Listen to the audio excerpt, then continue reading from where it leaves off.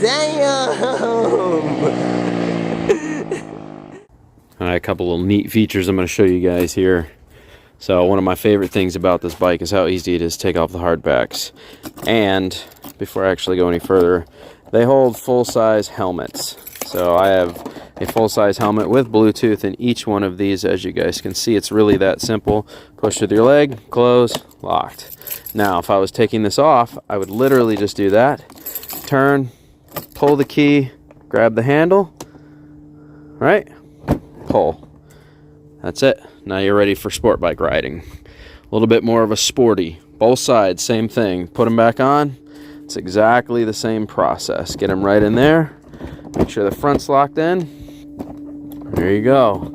So we'll check the front here. I always miss this lip. Looks like I got it today, maybe. There we go. Settled that time. And push it back down. Locked into place again. Like so. Boom. It's literally that simple to remove the trunks, put them on and off. The other thing I like is that it has a ton of storage. Mine's a little dirty right now because it's been parked outside, but love this bike, man. Such a phenomenal bike. And this Android Play system, awesomeness. The original screen, the guy broke it. The automatic screen that used to go up and down here, and I was not about to spend a fortune on this bike replacing all that, and really all I wanted was a small wind protector. Now this slides all the way up and locks into place. If I really want to keep wind out of my face, I can just pull this up and then lock it out, and it puts most of it over the top of my helmet while I'm riding. But I like the low profile stance, so I just kind of leave it there so it at least looks like it has a windshield and at least a wind deflector of some kind, so it doesn't look totally abnormal. So that's what I did there. Other than that, phenomenal bike. And then it has one more spot over here on this side that you can actually lock your stuff into. I actually had my brake handle, or my clutch handle was leaking fluid down onto here, so I actually have to pull both of these off. We're just going to give them a paint job. And flat black paint job. But as you can see, quite a bit of room in there. I actually have some DOT4 that I just leave in there, a big old bottle. And a nice little place for it in there. Has a water runoff just in case water gets in there, and a rag and some extra tools just in case. Some quarters in case I need to put some air in the tire, whatever, some chapstick, a little bit of stuff in there. But yeah, phenomenal bike. Can't say enough. Such a beautiful, gorgeous, big machine. Just puts down tons of power. I got mine for a phenomenal price. Like I said, I had to do new tires and stuff on it. I did all that myself in my garage, changed the oil, bled the clutch system on it, redid all of it, changed the brake pads. This thing got a complete maintenance overhaul when I bought it and brought it into my garage. So I got a phenomenal deal, but that's only if you're willing to do the work yourself. Otherwise, you're going to end up spending like $5,000 to $6,000 on one of these. So, yep. ST1300. This is a 2005 police model, and pretty freaking sweet. All right, well, let's get to the video of me riding it, and give you a little bit more of my thoughts as we ride, and I'll see you guys in a bit. Don't forget to smash the like button, subscribe.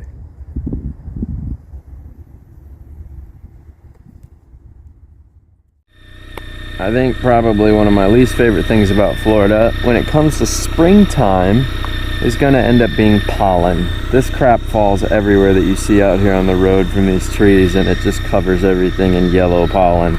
So if I leave my bike out overnight, which needs to be washed now due to all the pollen on it, it looks like a yellow mess in the morning. You can draw your name into, because that's how much pollen's on it. So, and it gets all in your AC vents of your cars and stuff, so daily you can see all the pollen. Boop. Yeah, that's bad. It gets all up in here, and if you don't keep it clean, then your AC system starts to suck that garbage up, and then guess what? Your AC doesn't work very well. So we're letting the bike warm up. I got a few topics I want to talk about today, so I'll see you guys on the road. Well, it is very windy up here on the highway today. Holy mackerel. I don't know, well, you guys are going to be able to hear me. It's so windy. Getting peppered with wind here. That being said, this is probably one of the best bikes I have ever owned to date. Like, just happy cruising, tons of power, very fast because it still has the police tune on it because it's an ex-police motorcycle, so it still has the overpowered everything. It's just a ridiculous motorcycle. It can be super friendly of a ride, or it can be very, very aggressive depending on how hard you push it. I don't like to run this old girl that hard because, I mean, come on, it's over a 15-year-old bike.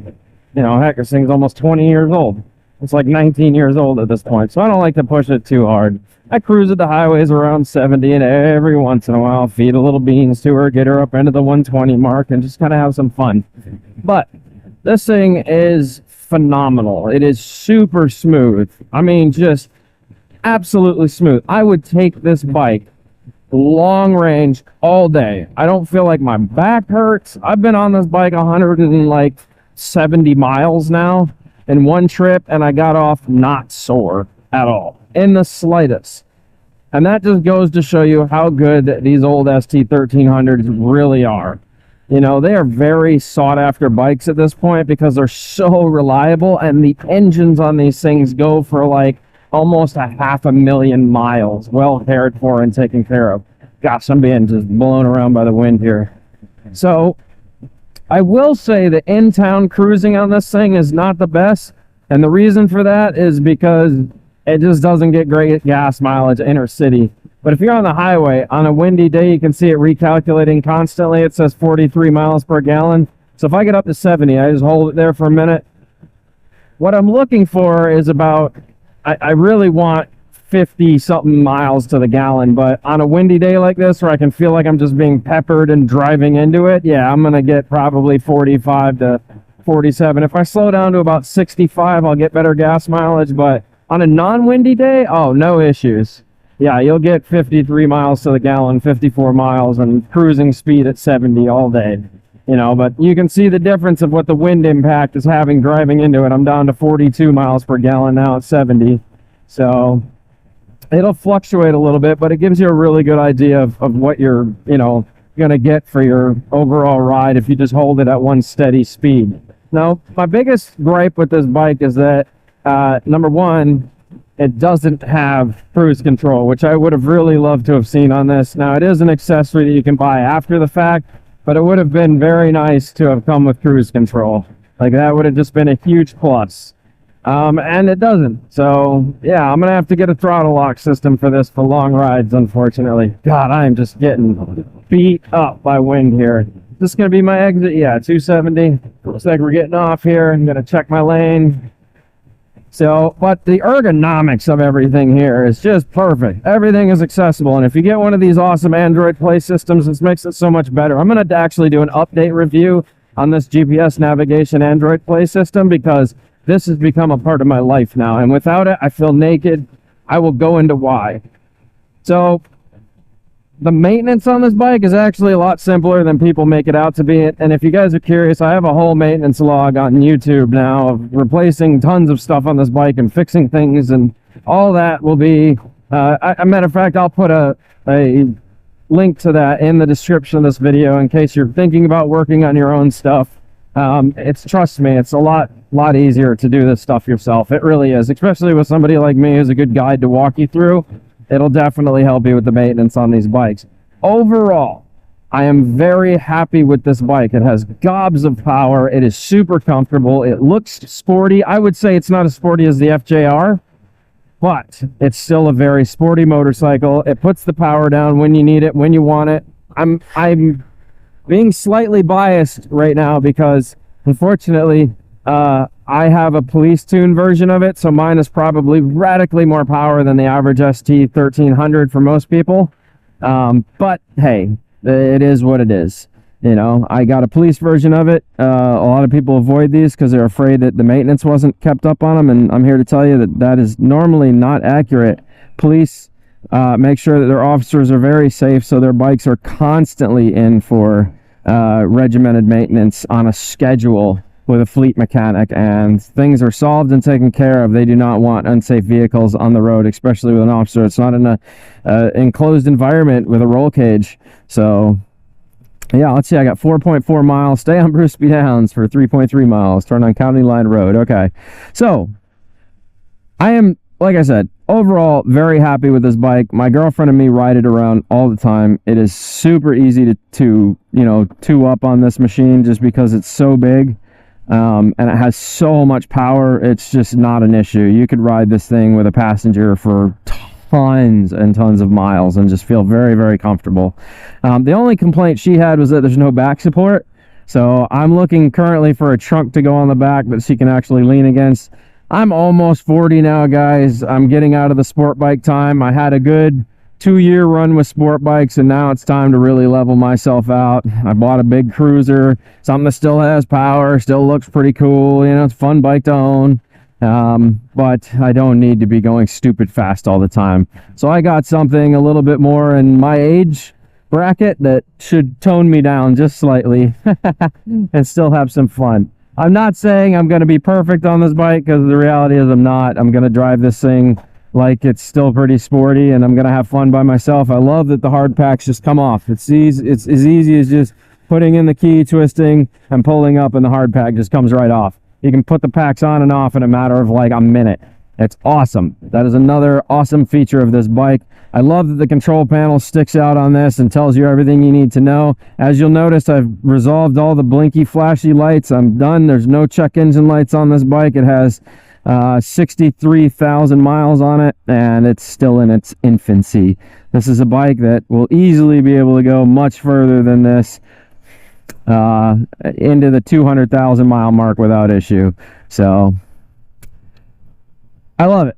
It's just a fantastic bike. That's all I'm going to say. If you've never experienced an ST1300, if you have a friend that has one, take it out.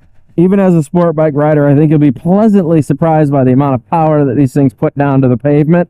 It's just a totally different ride. They're so quiet. They're not the most gas efficient things in the world, because let's be honest, man. This is a 700-pound bike. You add 2 riders to it, you're at like 1,300 pounds. You know, it's just a big friggin' bike. It's a big bike, but perfect for long cruises on traveling. It's just such a phenomenal machine. I can't say enough good things about it. I changed all the tires myself and did all the maintenance and all that, so it didn't cost me a fortune. And you know, if you pick one of these up for a reasonably cheap cost, if you're lucky like me, I got mine for $1,800, and I probably put about $1,500 of my own time, if I was charging somebody to do labor and maintenance of work into it and parts. And so I ended up with a really good deal. These sell on the used market for, I mean, normally on a good market they sell for about $5,500 to $6,000 used. So all right, guys, don't forget, smash the like button, show a little love, subscribe if you haven't. I'm Dan. I run this I Fix Shit YouTube channel, and I love my shitheads. I'll catch you guys later. Toodles.